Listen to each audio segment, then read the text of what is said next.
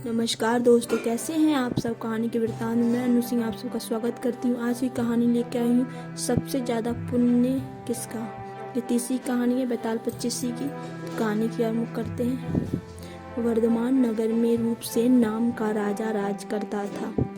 एक दिन उसके यहाँ वीरवर नाम का एक राजपूत नौकरी के लिए आया। राजा ने उसे पूछा कि उसे खर्च के लिए क्या चाहिए, तो उसने जवाब दिया 1000 तोले सोना। सुनकर सबको बड़ा आश्चर्य हुआ। राजा ने पूछा, तुम्हारे साथ कौन कौन है? उसने जवाब दिया, मेरी स्त्री, बेटा और बेटी। राजा को और भी अचंभा हुआ। आखिर 4 जने इतने धन का क्या करेंगे? फिर भी उसने उसकी बात मान ली। उस दिन से वीरवर रोज 1000 तोले सोना भंडारी से लेकर अपने घर आता। उसमें से आधा ब्राह्मणों में बांट देता, बाकी के 2 हिस्से कर एक मेहमानों, वैरागियों और सन्यासियों को देता और दूसरे से भोजन बनवाकर पहले गरीबों को खिलाता। उसके बाद जो बचता उसे स्त्री बच्चों को खिलाता और खुद खाता।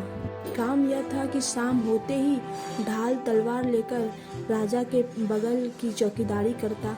राजा को जब कभी रात को जरूरत होती वह हाजिर रहता। एक आधी रात के समय राजा को मरघट की ओर से किसी के रोने की आवाज आई। उसने वीरवर को पुकारा तो वह आ गया। राजा ने कहा, आओ, जाओ पता लगाकर आओ कि इतनी रात गए वह कौन रो रहा है और क्यों रो रहा है। वीरवर तत्काल वहां से चल दिया। मरघट में जाकर देखता है क्या कि सिर से पांव तक एक स्त्री गहनों से लदी कभी नाचती है, कभी कूदती है और सिर पीट पीट कर रोती है, लेकिन उसकी आंखों से एक बूंद आंसू की नहीं निकलती। वीरवर ने पूछा, तुम कौन हो, क्यों रोती हो? उसने कहा, मैं राजलक्ष्मी हूँ। रोती इसीलिए हूँ कि राजा विक्रम के घर में खूटे काम होते हैं, इसीलिए वहाँ दरिद्रता का डेरा पड़ने वाला है। मैं वहाँ से चली जाऊंगी और राजा दुखी होकर 1 महीने में मर जाएगा।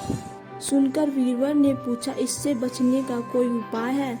स्त्री बोली, हाँ है। यहाँ से पूरब में 1 योजन पर एक देवी का मंदिर है। अगर तुम उस देवी पर अपने बेटे का शीश चढ़ा दो तो विपदा टल सकती है। फिर राजा 100 बरस तक बेखटके राज करेगा। वीरवर घर आया और अपनी स्त्री को जाकर सब हाल कहा। स्त्री ने बेटे को जगाया, बेटी भी जाग पड़ी। जब बालक ने बात सुनी तो वह खुश होकर बोला, आप मेरा शीश काट कर जरूर चढ़ा दें। एक तो आपकी आज्ञा, दूसरे स्वामी का काम, तीसरे यह देवता पर चढ़े। इससे बढ़कर बात और क्या होगी, आप जल्दी करें।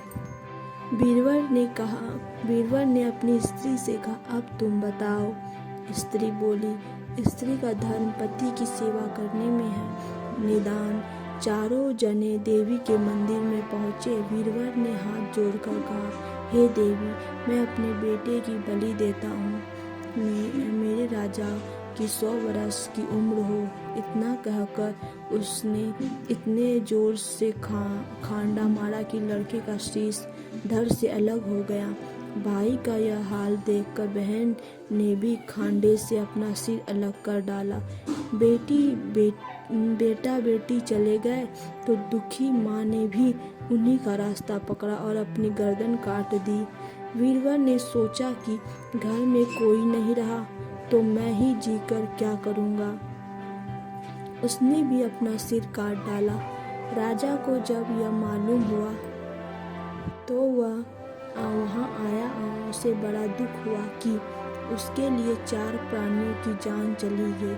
यह सोचने लगा कि ऐसा राज करने से धिक्कार है। यह सोच उसने तलवार उठा ली और जैसे ही अपना सिर काटने को हुआ कि देवी ने प्रकट होकर उसका हाथ पकड़ लिया और बोली, राजन, मैं तेरे साहस से प्रसन्न हूँ। तू जो वर मांगेगा सो दूंगी। राजा ने कहा, देवी तुम प्रसन्न हो तो इन चारों को जिला दो। देवी ने अमृत छिड़ककर उन चारों को फिर से जिला दिया। इतना कहकर बेताल बोला, राजा बताओ सबसे ज्यादा पुण्य किसका हुआ? राजा बोला, राजा का।